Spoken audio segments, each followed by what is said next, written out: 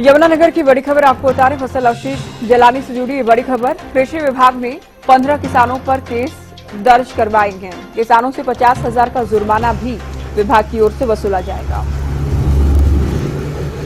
तो 2 साल तक एमएसपी पर ये किसान फसलें अपनी नहीं बेच पाएंगे। फसल अवशेष जलाने पर किसानों पर केस दर्ज हुआ कि यमुनानगर में कृषि विभाग की ओर से कुल मिलाकर 15 किसानों को लेकर शिकायत दी गई है। केस दर्ज करवाया गया है। 50,000 का जुर्माना भी विभाग की ओर से वसूला जाएगा। बड़ी बात यह कि 2 साल तक एमएसपी पर ये किसान अपनी फसलें नहीं बेच पाएंगे। किसानों का पोर्टल भी ब्लॉक किया गया। हरीश कोहली हमारे संवाददाता यमुनानगर से फोन लाइन पर हैं। हरीश, 15 किसानों पर केस दर्ज करवाए गए हैं फसल अवशेष जलाने को लेकर। जी देखिए, जो है ये गेहूं की जो फसल कट चुकी है, उसके पश्चात जो किसान जो है अपनी अगली फसल तैयार कराने के लिए लग गए हैं।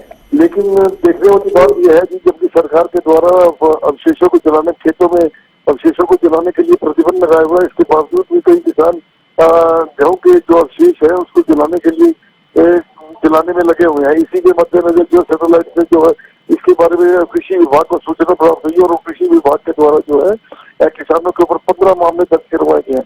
वहीं कृषि अधिकारी ने बताया कि जो है किसानों के से जो है 50,000 रुपए का जुर्माना भी वसूला जाएगा, क्योंकि जो है जो सरकार के द्वारा जो नियम बनाए गए हैं 1 एकड़ से लेकर जो 5 एकड़ तक है 5,000 रुपये प्रति एकड़ के हिसाब से, उसके पश्चात जो 5 से 10 इसके बाद 10 एकड़ जमीन है उनको 50,000 रुपए प्रति एकड़ के हिसाब से जुर्माना वसूला जाएगा।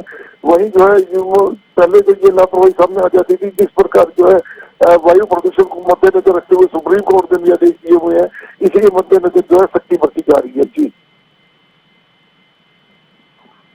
तो बड़ा एक्शन लिया गया है किसानों के खिलाफ। फसल अवशेष जलाने वाले किसानों पर केस तो दर्ज हुए ही हैं, साथ ही जुर्माना भी इनको देना होगा। 50,000 रुपए का जुर्माना विभाग की ओर से वसूला जाएगा। इतना ही नहीं, ये किसान 2 साल तक अपनी फसलें एमएसपी पर नहीं बेच पाएंगे।